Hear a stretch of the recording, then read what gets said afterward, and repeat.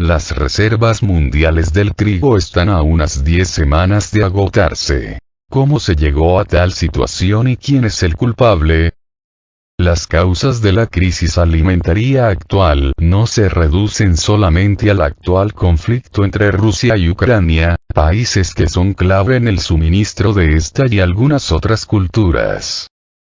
La situación de la seguridad alimentaria en el mundo sigue agudizándose, y se refleja no solo en los discursos políticos, sino, y en primer lugar, en cifras reales. Así, la directora de la empresa analítica Agrointelligence, Sarah Menker, advirtió el 19 de mayo en su reporte ante el Consejo de Seguridad de la ONU que las reservas mundiales del trigo están a unas 10 semanas de agotarse. Las causas de la crisis alimentaria actual no se reducen solamente al actual conflicto entre Rusia y Ucrania, países clave en el suministro de esta y algunas otras culturas, y las consecutivas sanciones antirrusas por parte de Occidente, sino que también incluyen a los efectos adversos de la pandemia del COVID-19, la perturbación de las cadenas de suministro, así como fenómenos naturales extremos, entre otras. Precios al alza. El 16 de mayo los precios del trigo en Europa marcaron un récord histórico tras dispararse hasta $456.68 por tonelada en la bolsa Euronext, según informó la agencia AFP. En la misma jornada, los contratos de futuros de trigo en la bolsa de Chicago, en algún momento, se situaron en los $12.47 por bushel, unidad de medida para granos, equivalente a unos 27 kilogramos. El medio precisaba en su artículo que los precios globales del cereal crecieron en el 40% desde el inicio de los combates en Ucrania. Sin embargo, expertos indican que la crisis actual no empezó tras el inicio del operativo militar ruso en Ucrania. Quiero empezar diciendo explícitamente que la guerra entre Rusia y Ucrania no inició la crisis de seguridad alimentaria. Simplemente echó leña al fuego que ya ardía desde hace tiempo, destacó Menker en su informe ante el Consejo de Seguridad de la ONU. Una crisis de la que detectamos temblores mucho antes de que la pandemia del coronavirus pusiera de manifiesto la fragilidad de nuestras cadenas de suministro. Comparto esto porque creemos que es importante que todos ustedes entiendan que, incluso si la guerra terminara mañana, nuestro problema de seguridad alimentaria no va a desaparecer a corto plazo sin una acción concertada, enfatizó. Según ella, la situación es peor que los años 2007 y 2008, y actualmente existen 5 retos que ocurren simultáneamente. Falta de fertilizantes, perturbaciones climáticas, inventarios mínimos de aceites de cocina, inventarios mínimos de cereales y cuellos de botella logísticos. Por su parte, David Beasley, director ejecutivo del Programa Mundial de Alimentos de la ONU, PMA, se hizo eco de las alarmas de Menker, al indicar que la actual crisis ya desemboca en protestas y disturbios en Sri Lanka, Indonesia, Pakistán y Perú.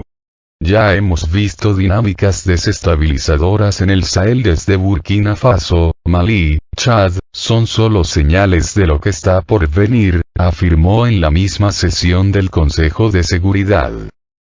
Otros datos inquietantes se revelan en un reporte del grupo Eurasia Group and the Brief Sustainable Strategies, publicado este 23 de mayo, donde se concluyó que con una probabilidad del 95%, el número de individuos en condiciones de inseguridad alimentaria crecerá entre unos 142 a 243 millones hasta noviembre. Este índice se situaba en 1.600 millones de personas para mediados de este mayo.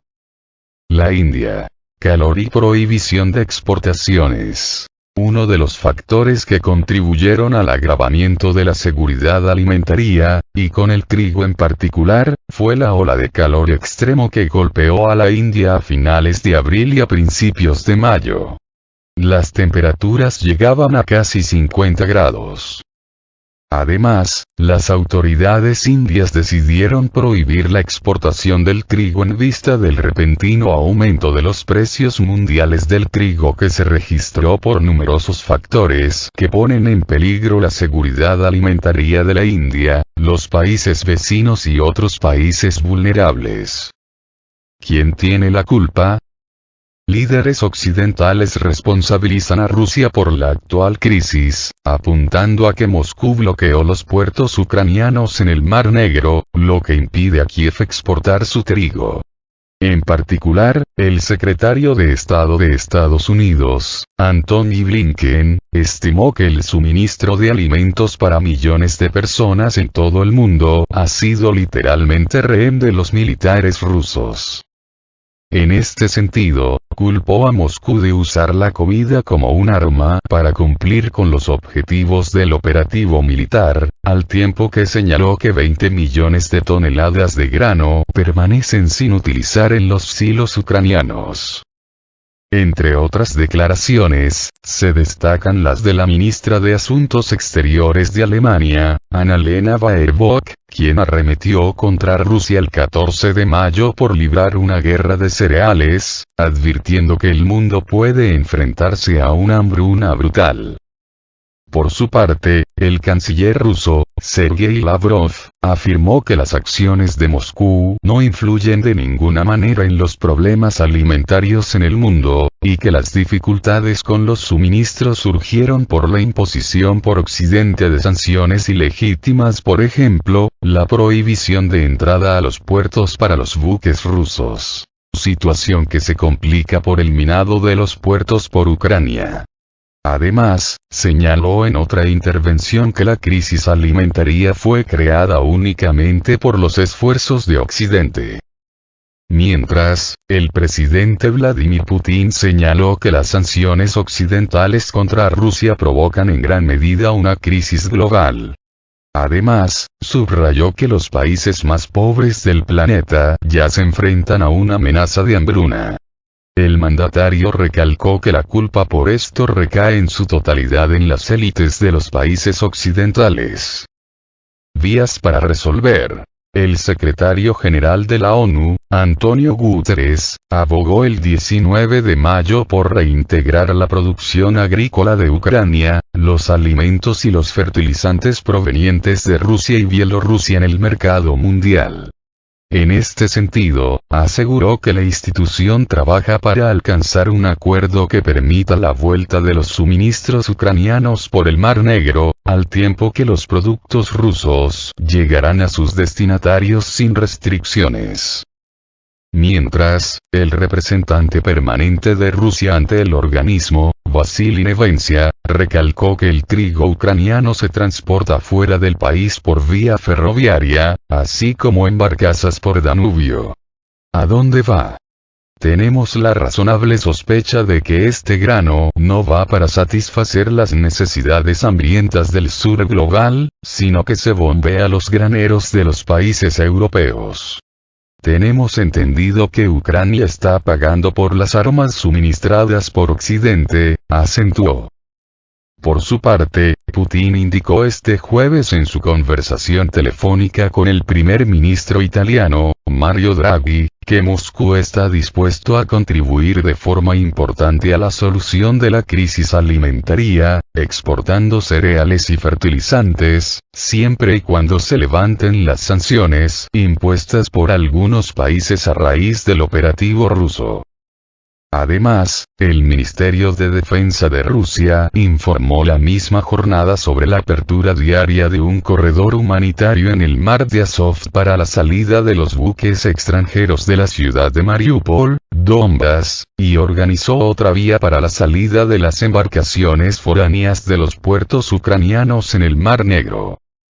Pese a los llamamientos de Guterres, desde la administración del presidente de Estados Unidos, Joe Biden, aseguraron que no van a relajar las sanciones impuestas contra Moscú, porque ellas no están detrás de la subida de los precios de los alimentos.